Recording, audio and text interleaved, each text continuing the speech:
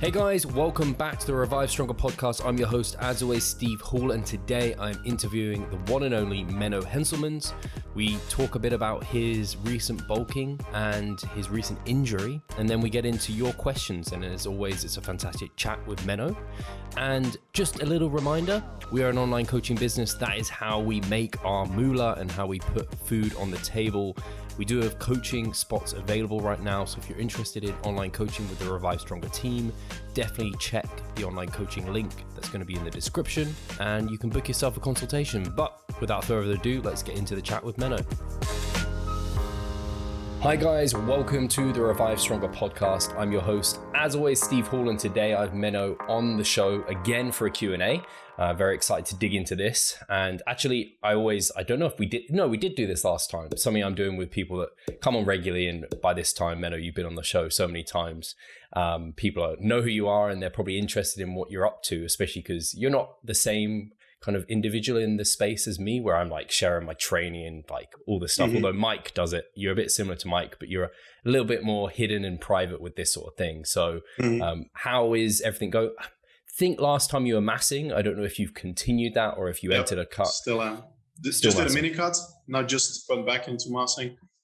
And pretty steady overall. Had some setbacks though. One big one is that I tore my quadratus lumborum, which is, I recall correctly, the same injury that took Greg Knuckles out of the gym for 3 years.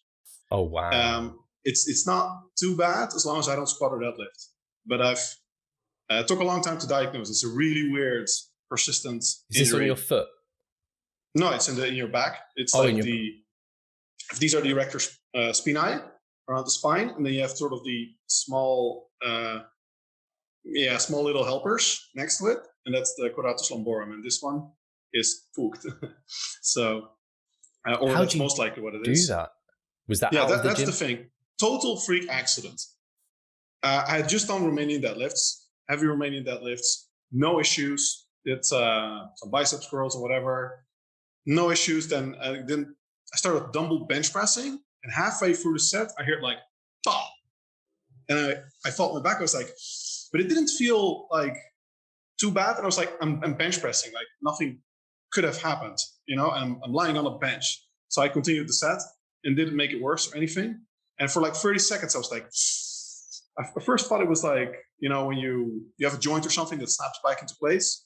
Only this time it was in your back. And I was like, it's not the spine, which is odd. I thought it may be a spine attachment or something. And then actually the rest of the day I was sort of fine. And the next morning I woke up a little bit of pain, but then when walking, really bad. And I've now had it already, took a long time to diagnose and figure out what the hell it was. The symptoms are so weird.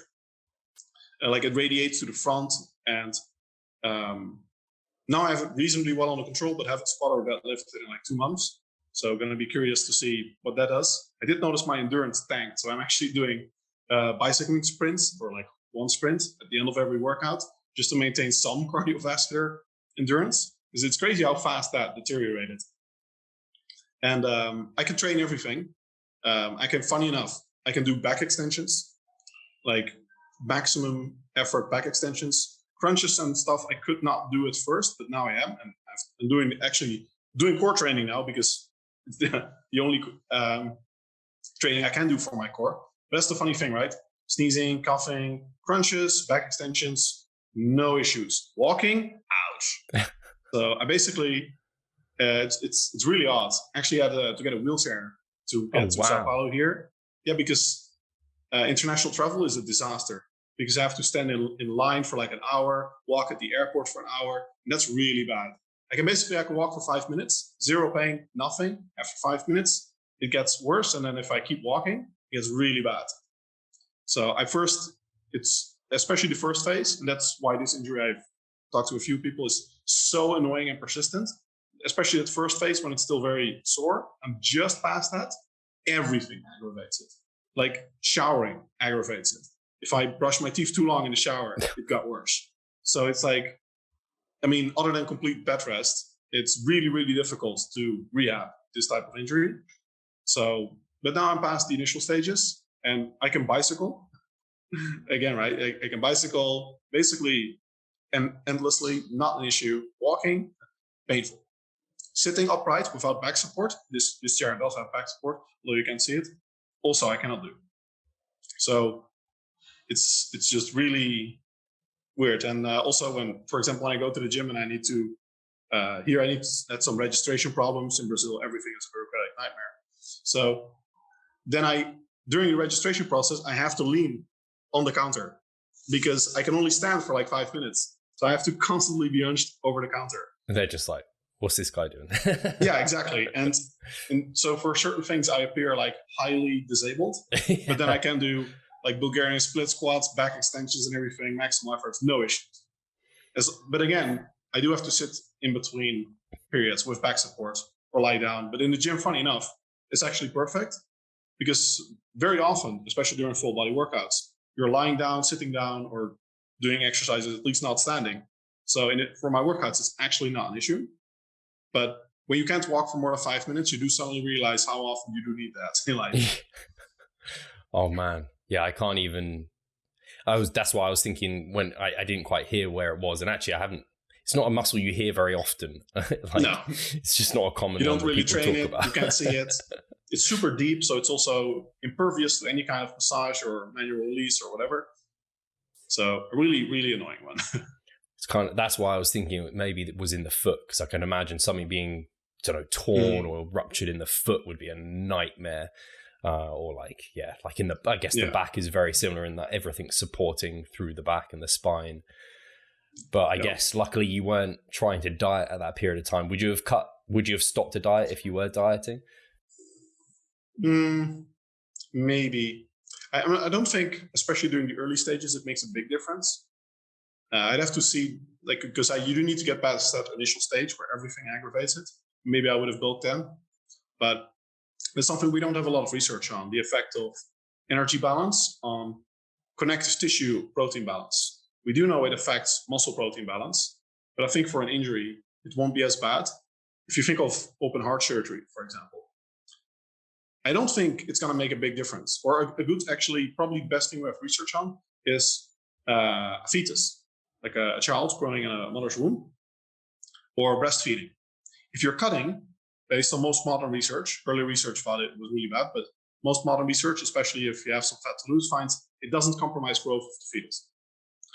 So, you don't want to go into contest prep or anything, obviously, but the body prioritizes things that are more important quite effectively. And a fetus or like a torn muscle, I think would score much higher than, muscle mass or something. So I think your body would actually even maybe lose muscle at the expense of trying to keep protein balance high in the torn ligament or something. Plus ligaments and whatever, this is a muscle, I think. But because it's so hard to diagnose, you also can't see it well on ultrasound. It's but anyway, I think the body will prioritize the more important things and things that are damaged. So I'm actually curious. This is something that we need research on. How does energy balance affect connective tissue protein balance? I don't think it's going to be a big effect, especially not if it's a big injury, because the body will prioritize it. But it can be good either to cut while you're injured. Yeah, it's very interesting actually, because you mentioned that there, and that is one of the arguments I normally make in my, and I think I see commonly said is if you're injured, if you're in a deficit, you're going to slow that recovery process.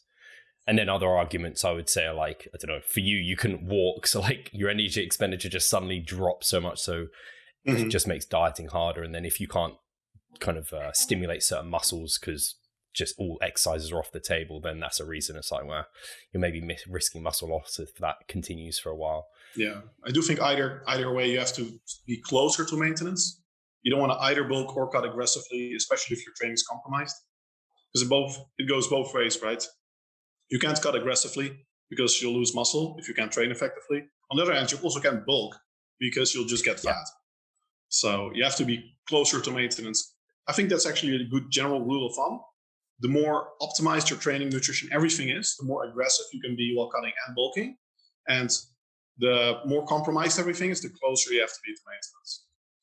I think that's so well said, because it's something not often talked about is like people talk about like rates of gain, rates of loss, and it's all under the assumption normally, I think, that people are doing things well. But when people are completely screwing things up, like their sleep, for example, like then maybe you want to be in a small surplus or maintenance trying to gain muscle because you're just already compromising. Although then you're kind of like burning the candle at both ends or something, aren't you? Because it's like, well, now you're like not even supporting it with a big enough surplus. It's just like, just do things really so well. Important. For sure. And then actually a second question I had, because I'm just interested, and I don't know if this is something you even do, but we're kind of at the start of the year. We're still in January. Do you set goals for yourself, like at the start of the year? So it's not something you do. Okay. It's like any other day. I mean, maybe we have social events or whatever, but anything, Christmas, New Year's, all these things. Other than that, you might do something fun. For me, has no significance in terms of where I want to go. Like I'm a big proponent of having a growth mindset and just always striving for self-improvement and not really being worried about where specifically you want to end up, rather just focusing on which direction you want to go. I think that's generally more important. And in terms of actionable goals, you want them to be really actionable and concrete, like implementation intentions, your meal plan for the coming week, what you're going to eat today, how much are you going to bench press, like how much you're going to put on the bar, how many reps are you going to aim for this workout, these, so you have, I think, the most practical mindset is that you have sort of very long-term directions where you want to go, which are more abstract. And then in the short term, you have very concrete goals. And I think the sort of intermediate goals, which are often called performance goals by psychologists, like I want to bench press 300 pounds. Those are often not really informative because, well, for one, will anything change when you bench press 300 or 305 or 310? And if your goal is 300 or if it's 400, really doesn't matter how you're training now. Like it's going to be the same often, right? So yeah, I'm a big proponent of having a growth mindset, as Carol Dweck would call it. I like that mentality a lot. It's something I probably used to do because I used to think I needed to, with particularly like in the gym, like I want to hit this number by the end of the year or what have you. Whereas now I'm just like, I know every day I'm almost trying to do everything as best I can. What I get to at the end of the year will be the best it can possibly be, no matter what number that's going to be. So yeah, I like that mindset. And also it's not very socially acceptable. It might be a bit more socially acceptable now, but the mindset of just like, I don't know, like your birthday or Christmas or New Year, like it's just another day. Like you said, sleep's important. And New Year's, I'm always like, could really do with just going to bed at 10. Like, I don't really want to stay up. But socially, it's not the most acceptable thing. I reckon a lot of people can relate to that sort of mindset who listen to this show. Yeah, actually, I went to bed earlier as well because we just got to Brazil. Funny enough, there's this period between Christmas and New Year's when tickets are like almost free. Oh, wow. You would think it's, at least for us in this case, you would think it's sort of the whole holiday period is more expensive. But there's this massive surge before Christmas and before New Year. And then there were like 3 days in between when the ticket prices were like almost zero. So we're like, we'll take that. Perfect. And but then you arrive here and there's nothing to do and everything's closed. So it was almost like we were quarantined. Yeah. But that's fine for saving like $1,000. Yeah. Yeah. The world kind of, it's it's probably a frustration of everyone, especially like lifters.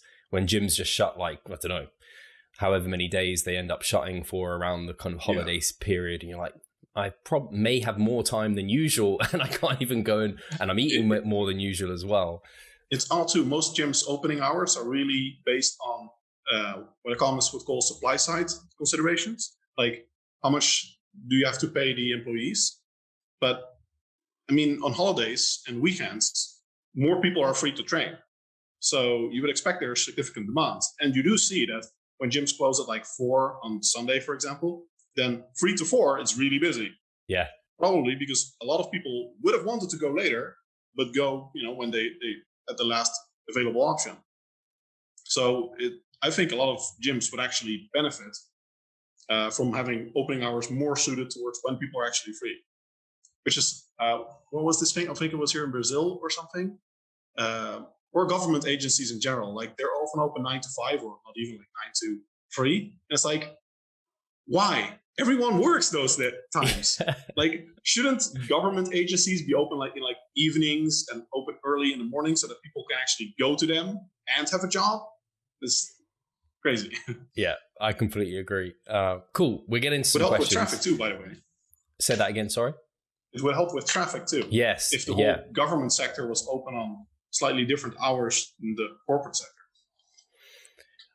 Definitely, I agree. So yeah, the first question that had come in was from Cyclist 5000. He asked, why do you train, assuming you do still, 7 days a week without rest days? Well, I don't recommend really thinking of rest days. Rather, for one, it's more important to think of total accumulated volume over time. And how you spread that across the week is definitely a secondary consideration. And two, it's not like there's something magical about the Gregorian calendar. A lot of things we like to think of week or day, but the body just perceives time. Like, we recover over time. So there's no need to have like a rest day. Like, I rest 23 hours in between every workout, which is, a ratio of 1 to 24. So it's very biased objectively in favor of resting over training. And, if you, there's simply no need for it. Like, there's also a lot of research showing that, if anything, higher training frequencies, given the same training volume, they improve the testosterone to cortisol ratio, which is some marker of recovery status. They can increase muscle activity levels during your workouts, which also tends to be associated with better recovery. And then, of course, the research showing, like a few studies showing better results, but other research showing when volume is equated, doesn't make much of a difference. And one study showing lower RPEs.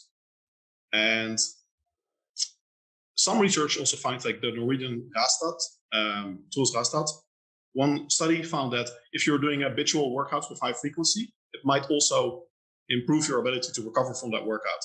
Although that might not be unique to high frequency training, but workouts in general. But in that particular study, it was actually pretty extreme. They had well-trained lifters do 6 sets per day of quad training. I think it was 3 sets of squats, 3 sets of leg presses, or 2 different squat variations, something like that. And first they tested how long it took them to recover from that workout. And it was at least over 23 hours, I think it was. And then after a week or 2 weeks doing that every single day, so 6 sets per day for quads, which is intense, right? They tested it again, and then they recovered within 23 hours. So that's interesting, that even when you think you can't recover from something initially, when you're doing it as habitual training, you might actually be able to. I guess that might allude to why when you start out maybe a training cycle over future months, you could potentially do with increasing your training frequency to spread the volume out over more. And I like your answer there, because I think me, including maybe this person and other people, I always thought not having a rest day, at least one day a week, was like a necessity. And then I don't know when I revisited it a while ago. It may have been because I saw you were training 7 days a week. I was like, rationally, I can't give a good reason. Like, I can say like, oh, maybe psychologically you need it, or maybe just one rest day allows for extra like recovery because you're just not hitting your kind of ligaments and joints and things. I'm like, but I can't really think of a good reason why. Because like you said, if you spread the volume across the week, it may even be more effective for some people. But now we're going to get loads of people being like, I'm going to train 7 days a week. Do you find a lot of bodybuilders have traditionally done 7 days a week workouts too, but then it's like a bro split where they spread the volume over different muscle groups. But often even then, actually, you find that there is some overlap. So many bro splits, they do actually train, for example, the arms 3 times per week and everything. In any case, yeah, and actually it seems very popular. It seems counter to me. I don't know if you ever thought to this, Menno, but when I see a lot of kind of the, I guess some of the pros now, the really big, strong guys, they tend to have even like, 2-3 rest days quite often. And I'm often thinking, surely spreading that volume over more days would be more effective for you versus having those extra whole days off the gym. I don't know if that's something you've ever thought about. Yeah, probably. I would agree with that. I think many in like the top levels, they're still pretty stuck on traditions. Yeah. And I mean, I think in a sense, it makes sense because especially with gear, there is so much we don't know scientifically. So if you have the coaches, I think at the top level, what's most important is people that can get good gear and know how to get someone in counter shape, like without getting a gut, because we don't really know what causes we call it growth hormone guts, but we're not really sure. So if you know those kind of things, and then actually your training knowledge and everything is pretty secondary.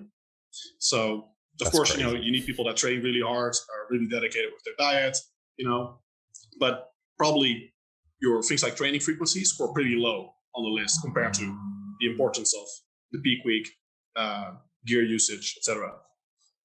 I guess that gives further reason why we have to be careful as natural athletes because people talk about success leaves clues and they look at the most successful, like, if I don't know, Ronnie Coleman. It's like, you're so far away from being Ronnie Coleman that it's almost not a useful clue, apart from he trains hard, maybe, to take from that. And you're better looking at, I don't know, maybe some of the best naturals, I guess. But even then, I guess you could argue, well, they could have top tier genetics and you don't. So I guess take it and then, like science, take the science, apply it, tweak it as you see it in real time. Definitely. And just look at like a broad spectrum of athletes. Because things like, if you tell, a lot of people would agree that high-level gymnasts, many athletes have really good physiques as well. Yes. And the idea of a rest day there is actually really not that common. Like gymnasts often do full body workouts every single day. And that's just normal. And they also, things like, if you tell them, you can only work out for 1 hour. That used to be this myth that persisted really long in bodybuilding circles. And many people actually didn't do. They had workouts like 90 minutes, but still. That was sort of the idea because of cortisol. And if you tell that to gymnasts or many athletes, it's like 2 hours a day minimum every day. So, if you look beyond what often seems like everyone's doing this, but it's actually a certain niche of people that you're looking at. And those are doing that. In internet forums, you also really have that. When you think like everyone is doing this, it's like, no, on this forum, everyone is doing the same thing because of herd mentality. But if you go to a different forum, you actually see that often they may think that is ludicrous and everyone does B instead of A. Hey, Pascal here. I just wanted to take the moment to talk about our membership site. Inside, you'll find a thriving forum, an extensive exercise library, courses, presentations, and research reviews. All I need you to do is hit the link in the description below and sign up.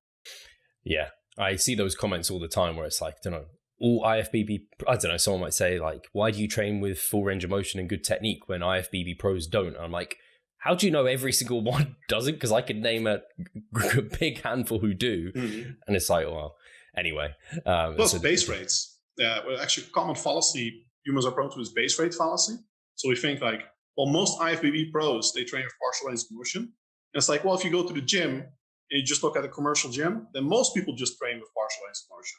Because it's harder. You need good technique. You need discipline to have full range of motion. It's more uncomfortable often, like to squat very deep. So most people train with partial range of motion. And it just shows that IFBB pros are not a particularly strong exception to that rule. Yeah, no, exactly. Very well said. Next question. So the next one's from dark_gymaholic. He says, what's the simplest thing that comes to mind for advanced folks to do to improve significantly? Probably sleep more. Because if you have an already advanced trainee, then I'd wager, the basics of training, nutrition, everything are in order. But I think there are still a lot of people that don't have lifestyle considerations in order. I definitely used to be like that, where sleep was still something I didn't really prioritize, or at least not for physique purposes. But research on the importance of sleep is dramatic. You're looking at like 50% more muscle growth, or when dieting, for example, like 50% more muscle loss, 50% less fat loss with like 1 hour difference of sleep. We have like 4 studies on this, showing like really, really big differences with relatively moderate differences in how many hours per day someone sleeps. So I think for a lot of people, it would be like sleep. For sure. What's, in terms of for you, Menno, in sleep, what's like one of the changes you made that made the biggest difference, would you say? Just having an overall routine and paying a lot of attention to it, but probably just routine and everything. Yeah.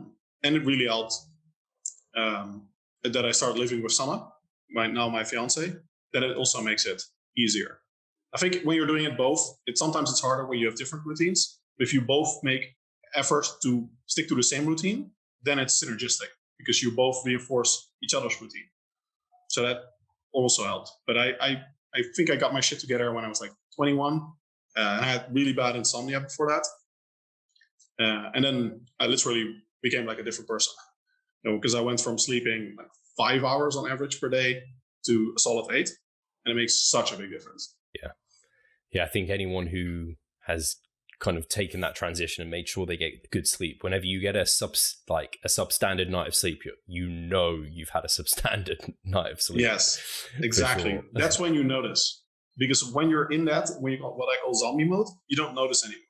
And there's also research showing this, that when you're constantly being slightly sleep deprived, the actual objective sleep depth accumulates.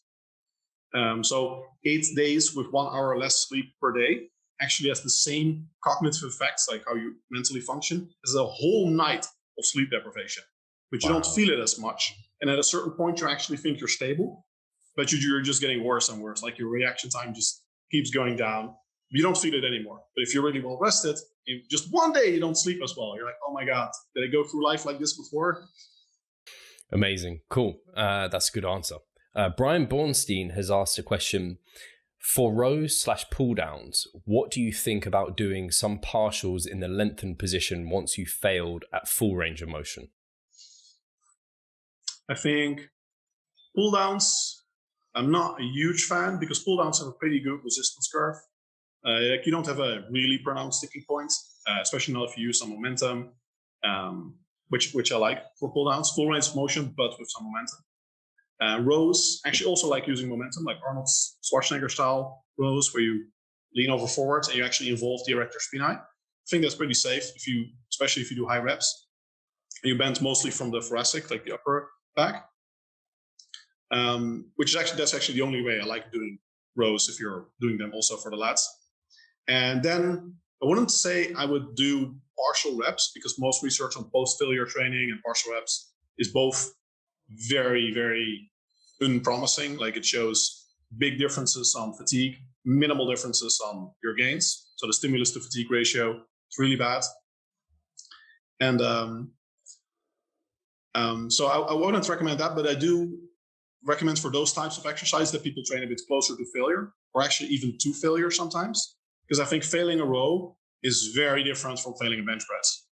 Like at a certain point of rows, you can't quite hit your body anymore with the implements or your hands, but you can still do a lot of reps just short of that. Whereas with a bench press, it's really like at some point you're going to fail in a sticking point, and then you're out. So I think the fatigue you accumulate with different exercises, especially if there's a pronounced sticking point at the end, like with a row, is not as bad as with others. I really like this discussion because it's something I just heard Charlie Zhang on the podcast, and we were talking about like they've got their team full ROM and talking about like perfect technique and not using any momentum.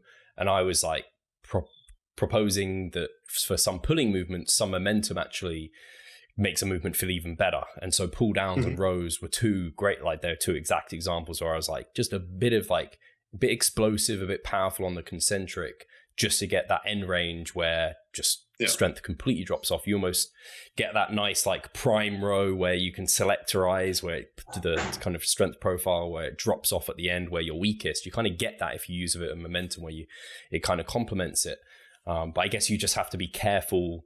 And I don't know if this is something you learn, but I definitely can feel when it's kind of productive momentum versus just swinging things around. I don't know if you can speak to that. Yeah, definitely. There's also at least one modeling study for like lateral raises, dumbbell lateral raises, showing that I think you get more total work done by the muscles if you use a little bit of hip swing, because otherwise you're just going to feel so horribly at the top that it's almost like an isometric. Like you're only really stimulating the top, and you really want to stimulate the bottom as well, because that's where you get the most stretch mediated hypertrophy. So if anything, the bottom is more important than the top. And if you use a little bit of momentum and you immediately, if you're using like a dumbbell for lateral raises, you immediately accelerate from the bottom. So you don't pause. Like you let the weight sort of drop and then immediately accelerate. You can actually, there's a recent paper showing that is, at least that the principle works. It's sort of eccentric overloading, because using the momentum from the weight coming down, and you have to not only get the weight up, but you also have to, I'm not even sure what the technical term, sort of re-accelerate or reverse, I guess just reverse the movement, which is more effortful than letting it stop and then just lifting it up. So I think that you can actually get some eccentric overloading and stimulate different parts of the movement and just get more total work done with a smoother net strength curve, essentially. Yeah. And would you say this is something, if someone's trying to implement like using a bit of momentum in some of these movements, it's something you can feel like, does it feel like you're just swinging around, or does it feel like you're getting like, I don't know, more pump disruption, my muscle connection in that muscle group? Yeah, it should, if anything, feel better, not worse. And a good, you need control over the movement. That's also important. Like, I think a general good rule of thumb is that you should be able to pause the movement if you wanted to at any point. Because if you're just like letting it drop, or you're like dive bombing down in a squat, it's like, could you stop? No, probably not. It's from here on, it's all in. Then it's like, you probably have no eccentric contraction whatsoever. So I think that's a good rule of thumb to maintain some control. And I think you like reversing the lateral raises. I think most people also feel it more in their delts. I'm not a big fan of relying on subjective measures, but in this case, I think it has some merit. Like if you feel it less with your cheating or using momentum, that's a good indication it's probably not the right kind of cheating. Yeah. I think maybe you'd agree with this, like a good coach, if you were to send them a form video, they can kind of see what looks like productive work versus just like slinging if they can't see it themselves. Yeah, absolutely. For sure. Yeah. And that actually, it's a question I've just been reading up on Brad Schoenfeld's book, Max Muscle Plan 2.0. He mentions in there, in one of his phases, eccentric overload training. And this is something I've never implemented myself. You brought it up just there, or something similar. Is that something you implement in training at all, where you like purposely? I'm a big fan of that, actually. Okay. Yeah. I think the research has been promising from the start on that. And there's more research. If anything, the last research is less promising than what we had like a couple of years ago. The only question is, how do you implement it?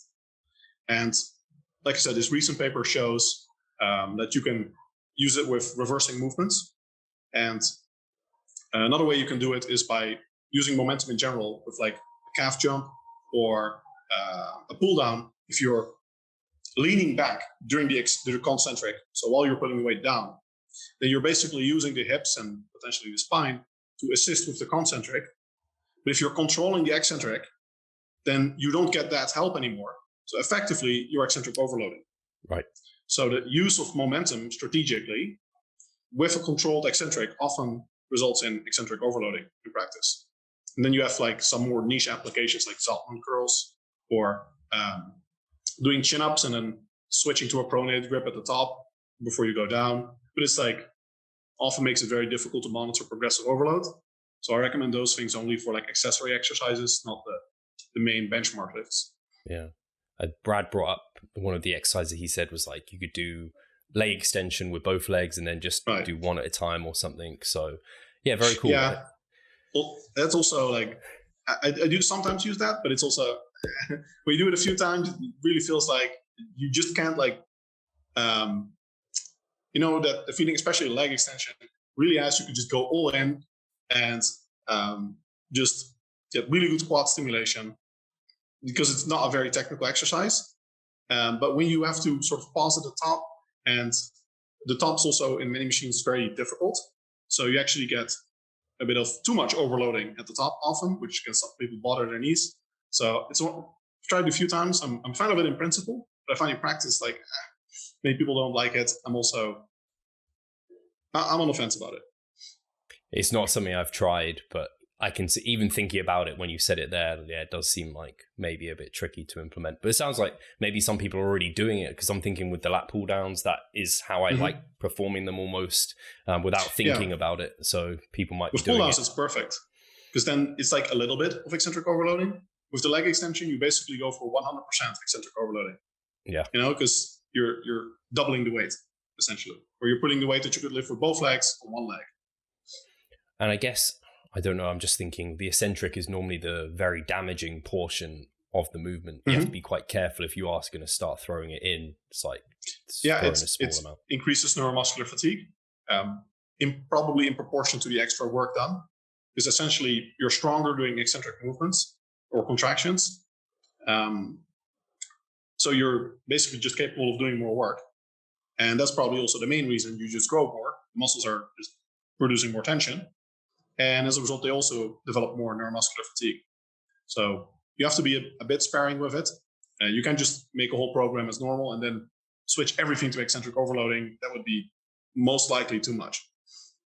He actually also had another more advanced technique, which was loaded stretch training. So like holding like a dumbbell in a stretch position for like 10 to 30 seconds. Again, very damaging along the same sort of lines. Is that something you ever use? I've looked into it. There's also something called serial stretch loading, which is a really uncommon technique where you sort of do micro movements. It's similar. It's like you're doing, like if you're doing a fly, then you're sort of going down, say 5 inches, then up again 2 inches. 5 Sounds down, horrendous. 2 up, 2. Yes. And then at some point you just sort of collapse in the fully stretched position. I would be a bit more fan of that because it's not isometric contraction, right? So if you're doing a full stretch in like a dumbbell fly, then for one, it's an isometric contraction, which we know doesn't generate as much muscle growth as dynamic contractions. And B, it's, you're really overloading the most injurious position, which is also a risk factor. And C, I find that often, because you're going close to failure, sometimes post-failure with these things, there's a big temptation to sort of let the connective tissues take over and just sort of relax. Sit into it, yeah. Yeah, and then it's extra injurious. So not a big fan of that. I do think in terms of isometric training and stretching and whatever, that is probably the best of all those things. But I'm also not a big fan in practice. Don't know if it was like Footsie 7 or something. FST 7 might have had like loaded stretching. I don't know if that's like a popular program. I think it may have come from. There were a few programs like that. It was very hip to have like 3 letters and then a number. And I guess maybe some might argue, and I might have heard Mike say this, where you are using like a like a lot of people don't use full range of motion. So if you're using a full range of motion, you kind of get that stretch under load, and maybe you don't need to. And if you pause it, maybe for a few seconds on some lifts, maybe you're getting some benefit there. And you're kind of, again, you're depending on how you lift, you might be getting some of these benefits without knowing it, not programming for it specifically. It's just you lift like that because that's what seems productive for you. Yeah, definitely. Awesome. I think that's an area where future research is going to tell us with stretch mediated hypertrophy is more better, or is there like a point where you're sort of, you get a good stretch and it's fine? Or do you really need that really maximal stretch? Do you need to overload the stretch? Is that still better? That's something we just don't have any research on. Yeah. Yeah, I can particularly with, and you were talking about the injury, when you're talking about the fly, I'm thinking like, especially when people come deep on that, that's where sometimes it can feel a little bit iffy. So I can definitely see how it could lead people the wrong way if they try and rely on it too much. Perfect. So we're going to the next question from Seelan_Baker. This is a very, very broad question, but I thought I'd throw it in here just because it has become very popular, and I don't know if you've seen it. He says, thoughts on the whole biomechanics. He said fad. My opinion is I don't necessarily think it's a fad, but I do find it interesting that biomechanics has become very popular, at least it seems in my social media. I don't know if you've seen that as well. Well, I mean, yeah, that's a broad question because biomechanics is, I think, extremely useful. I do think a lot of people, and this is not necessarily new or maybe reinvigorated recently, but there are a lot of people who sort of implement biomechanical explanations at the expense of everything else. And that's just like EMG data. Like if you just care about biomechanics, you're just like, EMG data, we're going to ignore all of that. I don't think you'll reach the best conclusions. I think you should look at biomechanics, physiology, research in human metabolism, EMG research, MRI research, all different fields, direct empirical studies of how much muscle people gain with different exercises. You should use all of that to combine what you think are like optimal exercises. I do think biomechanics probably scores high on that list, and you'll do pretty well if you really understand biomechanics well, just based from that. But actually, the funny thing is, biomechanics has sort of a prestige of being more scientific than empirical data, like actually just measuring muscle growth in subjects, EMG research, because you can mathematically quantify it. Like you can calculate the force factors, joint moments, but actually it's so complicated that we're really not at the point yet where we can actually say how much mechanical tension a muscle is producing during a movement.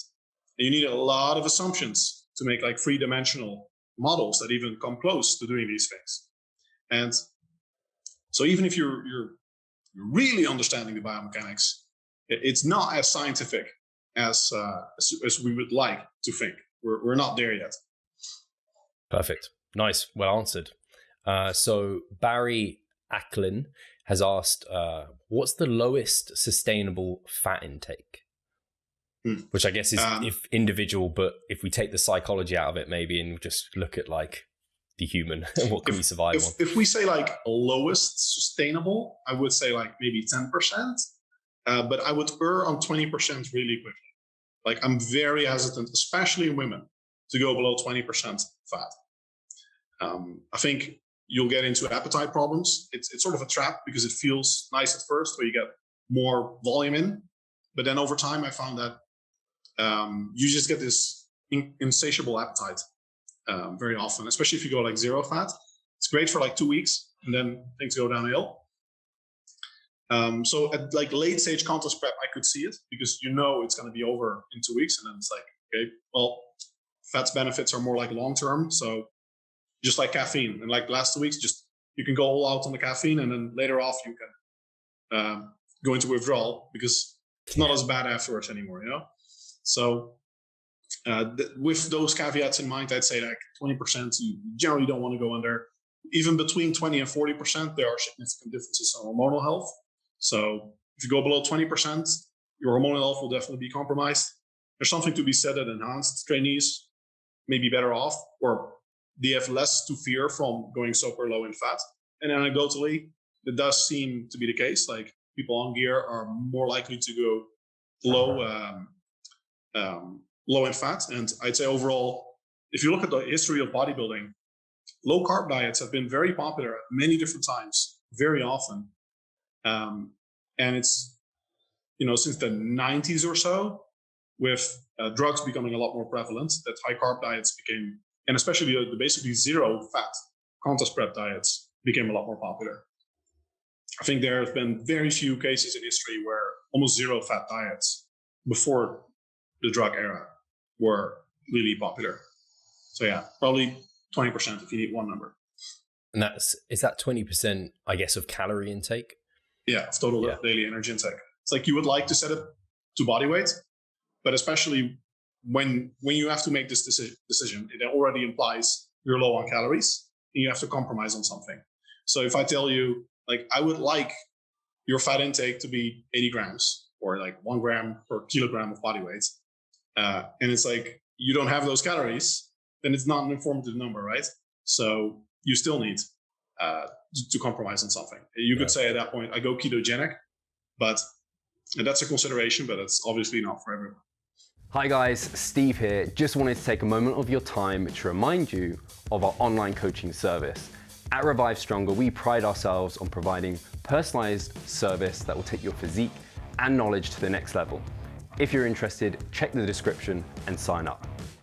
And then I'm always interested because I do see people, I've always set when I'm kind of providing myself macros or a client, I do tend to use protein based off body weight, fat based off body weight, and then kind of like carbohydrates make up the difference. Mm-hmm. Do you is that ideally how you like to set macros, or do you use a percentage base? Yeah, I use percentages, but ideally, I think if we have more research, because all research uses percentages, I think. If we have more research and data, and I know that like Alan Aragon has also done a lot of research on sort of converting percentages to grams per body weight.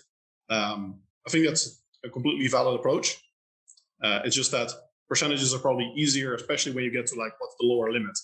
Yeah. Because if you just don't have the calories, you could say the lower limit is 50 grams, but yeah, you just can't consume it. You just don't have the calories. But if you say 20%, you can always do that, because even if you're really low on calories, you can still do 20%. Yeah, awesome. The next question is from T Theo 4833, and he says, "What supplements do you take?" Or she? It depends on. He. Melatonin is very consistent, because my insomnia is mostly caused by not producing enough melatonin, and melatonin for me is like a wonder drug.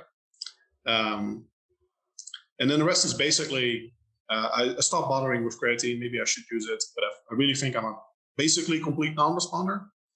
And it's a big tub, like I have all my belongings in 2 suitcases. So big tubs of powder often don't match with my itinerary. I have vitamin D if I don't get enough sun. I have magnesium citrate if I go low carb, I typically don't get enough magnesium. Zinc. That's it, I think. I have vitamin C, but it's like in the 1 in a million times that I'm ill. That's it. Nice. I think that's very similar to me, apart from I take also creatine. That's why I don't have as much hair as you. It's all the creatine. You can get creatine. People will be thinking, Menno, come on. You can get creatine like capsules or pills or whatever. But if you think you're a non-responder, then I mean, I've tried it a few times. I get nothing. I get no digestive issues. I get no increase in body weight, like 0. I notice nothing in my work capacity. I can chuck down 20 grams of creatine without issues. It's just like it all passes through. There's nothing that happens basically. So I basically stopped bothering. I mean, you need quite a lot, right? Because theoretically, I would probably be close to 5 grams. So you actually do need, even if you take capsules, it's a lot of capsules. Yeah, it is. Yeah. What was I going to say? I had a thought. Oh, it was melatonin. Just out of here in the UK, it's not easy to get. Like you have to either, I think maybe you can get it on prescription, but normally you have to order it in from like somewhere in Europe. But I was like, in the US, I went to Vegas at the end of last year competing, and it was just like, it was even in stores in Vegas, like just melatonin on the shelf. Right. And I was like, this is just crazy, like in all different not forms, but like amounts. I was impressed. The legal status of melatonin is an absolute crime against humanity, especially in countries like Sweden. How on earth, you literally have no daylight during parts of the year in all of the country. How on earth do you expect people to manage their biorhythm? Like melatonin there is an abundance of research showing it's completely safe up to inordinate amounts. It's not really prone to abuse because it has no psychogenic effects. It has profound health benefits. It's also been shown to aid people with fat loss, so it could theoretically be used in obesity treatments. It has so many different health benefits, excellent safety profile, and it's illegal in many places. In fact, in other places, they allow it only in small doses. So you can buy it, but not at a dose that's effective, or you just have to spend more money, because I think in Vienna, it's like you can buy 2 milligram tablets. And it's like, oh, fine, I'll take the 2 milligram. I'll just take 3. It's like, you're not stopping anyone by doing that. All you're doing is forcing people to consume more capsule and spend more money, which is completely inefficient, and if anything, probably not good to consume so many capsules. I don't think it matters, but it's just absolutely insane. And it's actually it's sort of flip-flopped, because when I first had insomnia and I was a child, melatonin was also illegal in the Netherlands, and I was actually prescribed by a person that pretended to call himself a doctor. 0.1 microgram melatonin. Wow. And he was supposedly an actual doctor, not an homeopathic doctor.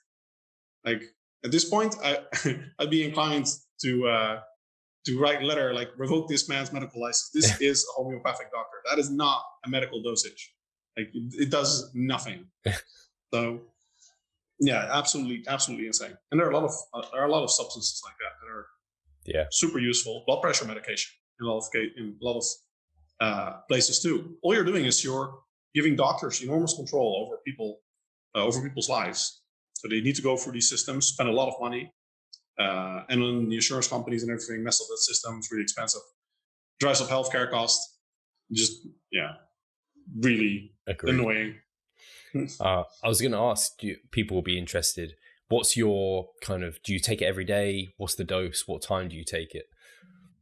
3 to 5 milligrams, 30 to 60 minutes pre-bed. That's basically the rule of thumb for most people.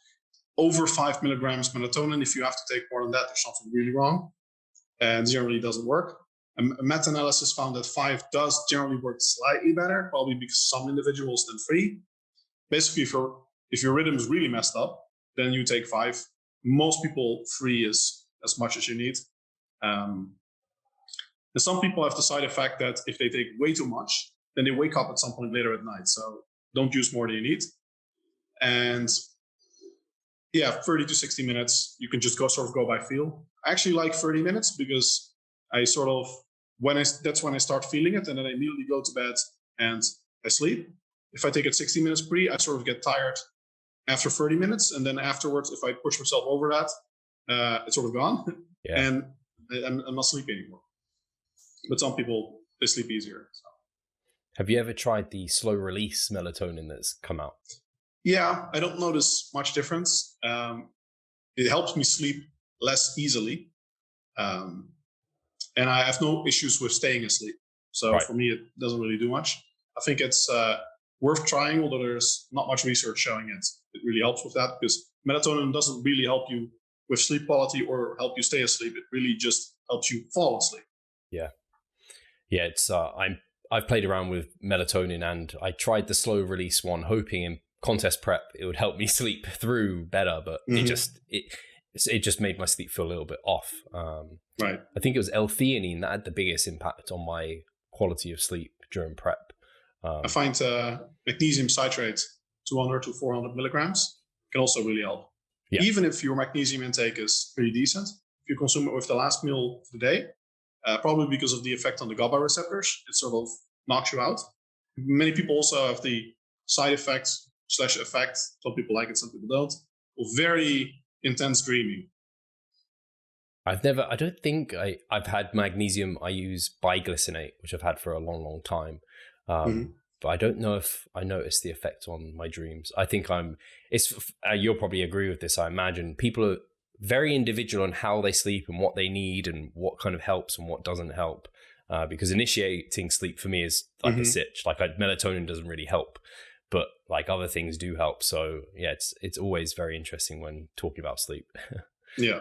The thing with sleep is also that when you start, I generally don't help people with sleep until they have problems, because sleep optimization can actually backfire. Yeah. If there's nothing to optimize, you start thinking of, I need to sleep on my sleep quality, and that itself generates stress, which disrupts sleep quality.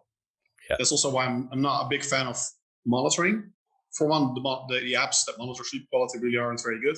And secondly, by monitoring it, really you just need to know, do you wake up naturally feeling well rested at a relatively consistent time of day?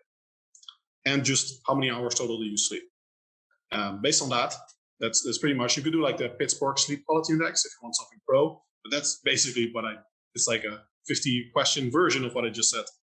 And the apps, they don't really do much, in part because the most important thing to measure sleep quality is polysomnography, the brain waves in particular.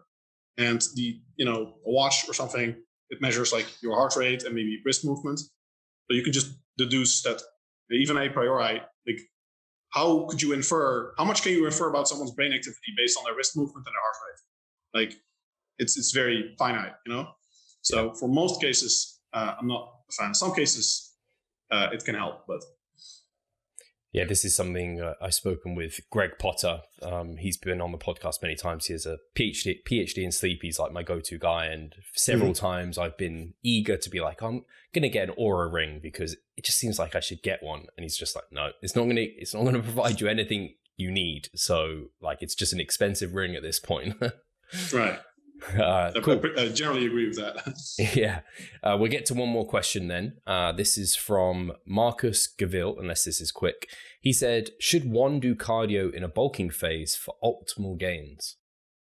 Definitely not. If anything, you should avoid it because of the interference effect. I know that there are some people that say like, yeah, actually the interference effect is a myth. And even a recent paper and the meta-analysis concluded that. I think it's honestly insane. And I think it's one of the, like there are many studies showing endurance training disrupts strength development and muscle growth, and some other studies showing no effect. If you look at what separates the studies, there's a very clear delineator: training status. Untrained individuals, I mean, it's very telling that even in untrained individuals, sometimes there's an interference effect. But there was an earlier review paper that actually concluded during the first 4 weeks of training or something, bicycling and strength training resulted in equal muscle growth. And that was all based on completely untrained individuals with very short duration studies. Because if you get an untrained individual to do anything, they will grow. And it doesn't really matter yet what they're doing. It's such a general adaptation process at that point that, you know, in most studies, there have been a few longer term studies as well. They see that the interference effect only starts manifesting after 8 weeks. So basically, any study that has people that haven't been training strength training at least 8 weeks, you can disregard. If you do that, then the literature is quite strongly like it's either bad or neutral. So I'd say, and it eats up recovery resources. It can interfere with training acutely if you're not recovered, or if it causes CNS fatigue for doing a lot. So, you know, there are ways to implement cardio without it being negative, but there's, to my knowledge, not a single way to implement it with being positive, especially not more positive than just doing more strength. Yeah, I think that's very well said. I do see it's quite a popular thing for people to do cardio in their gaining phase. And to me, it never really made sense. I'm like, you're kind of taking away reserves that you could put towards training. And especially because some people will do like HIIT. And it's like, well, like you said, if you're doing your squats, your deadlifts, big compound lifts, that is in its own way cardiovascular. It's just kind of the heart pumping and it's working. If you're doing more volume and you can do that because you're not doing your cardio, like there you're getting all that hard work as well. So I think maybe some people maybe they get too big in their off season, and that's where that kind of starts tanking. I mean, I could see it in like heavyweight powerlifters, maybe bodybuilders on gear that get cardiovascular issues. If you have like really bad trend cough or something, you know, maybe the cardio helps offset that. But it's more like your health's so bad that maybe the cardio is needed to, you know, offset things. And even then you could say, well, maybe you should just do more high rep work on shortening your rest intervals. And that probably will have an even more direct benefit. Yeah, very well said. There's a quick question here. It's always quick. It's from Geese234. He said, arm size, ? Do you know your arm size, Menno? I actually don't know. They're not that big. I know that. I know that when I measured them years ago, it was same size calf, arm, and neck. So that's what I do know. But I think they're like 17 max, probably 16 and a half inches or so, I think. So that's quite big. I think the what you should be striving for is 20. no, that they're the same size. Like in most natural lifters, they should be approximately the same size. So like your neck's a good indication of how, generally speaking, your neck's a good indication of how big your arms and your calves should be able to get. That's really interesting, because when you said it, I was thinking from memory, when I last measured those areas, they are very similar in size, actually. Right. Like you see that in natural lifters very consistently. I guess the enhanced guys, their necks just start getting crazy. I don't even know, because I know some guys who have massive calves. The arms and everything get bigger.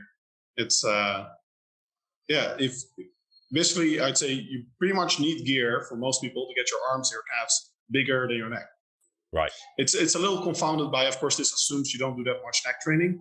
I guess if you're like a wrestler, you do a lot of neck training, maybe the neck could get bigger, probably could, than the arms and calves. And then there's like, if you use gear, does the neck grow more than the other muscles? I'm not sure of that. And it's probably more the traps than the neck. Yeah. Well said. Awesome. Menno, this has been a fantastic chat. Always enjoy doing these Q&As with you. We'll no doubt do one soon in the future. Is there anything, any kind of updates on your end? I know obviously you released your book, and I know that's all been going very well. People have been enjoying that a lot. Actually, I just yesterday, purchased for the first time some MSG because I realized you don't buy MSG. It's just called like flavor enhancer. So I bought some to try it out just to see what it tastes like more than anything. That was inspired by you. But yes, what's up on your end? Is there anything you want to let people know about? I've got just received word this week that our diet break study is getting published with Bill Campbell. Very cool. That's nice. And then I submitted a systematic review, the first systematic review of carbohydrate requirements for strength training. So I hope to get that published later this year. And then I'm actually thinking of what like my next big project is going to be. First, I'm finishing the audiobook for my book. That should be finished this week, the hardcover as well. And then I'm looking for my next big project. Are you doing the audio for that, Menno, for the book? No. Okay. No, I got a pro who does like the perfect intonation and everything. Don't want to hear my semi-German, Dunglish, half British American accent. I say like glass and everything else is American. I think generally that makes sense. I quite like that if it was you, but I think for the broader public, it's probably a good idea to have got someone. Yeah, and just I don't have professional studio quality audio. Yes, true. So. Fantastic. I'll make sure that people can get to your website, and that's all linked below. Make sure your Instagram's there as well, so people can keep up to date with everything there, because you're putting out great information over there as well. And we'll talk to you very soon. Cheers, guys, for listening. See you.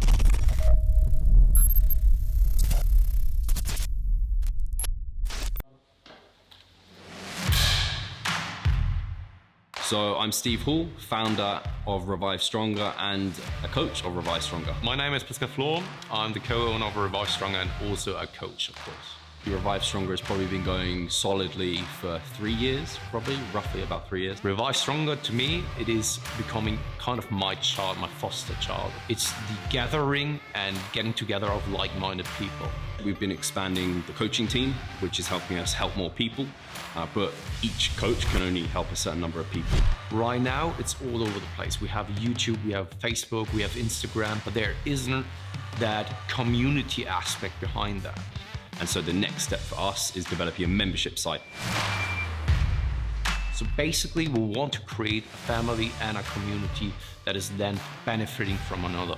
A really cool community for people within our little niche is going to be a website. They will get early access to our podcast. You can access us, ask us questions. The community aspect, we have a forum there. You can ask questions, but also you can log your journey. There's also going to be courses on there. Courses, presentations on different topics. Discount of past seminar footage. We will log our journey as well. We'll start vlogging. We're going to have documentaries. Our entire athletic journey. Furthermore, they get access to an exercise video library. The exercises that we love for hypertrophy and maximizing hypertrophy, we're going to go through those in depth, telling you how to execute them. We kept them concise and also mobile friendly so that you can watch them in between your sets. I'm super excited to grow this community. The amount of value that we're going to be delivering is huge. And I'd love you to be part of it. You will get so much out of that. I'll see you inside.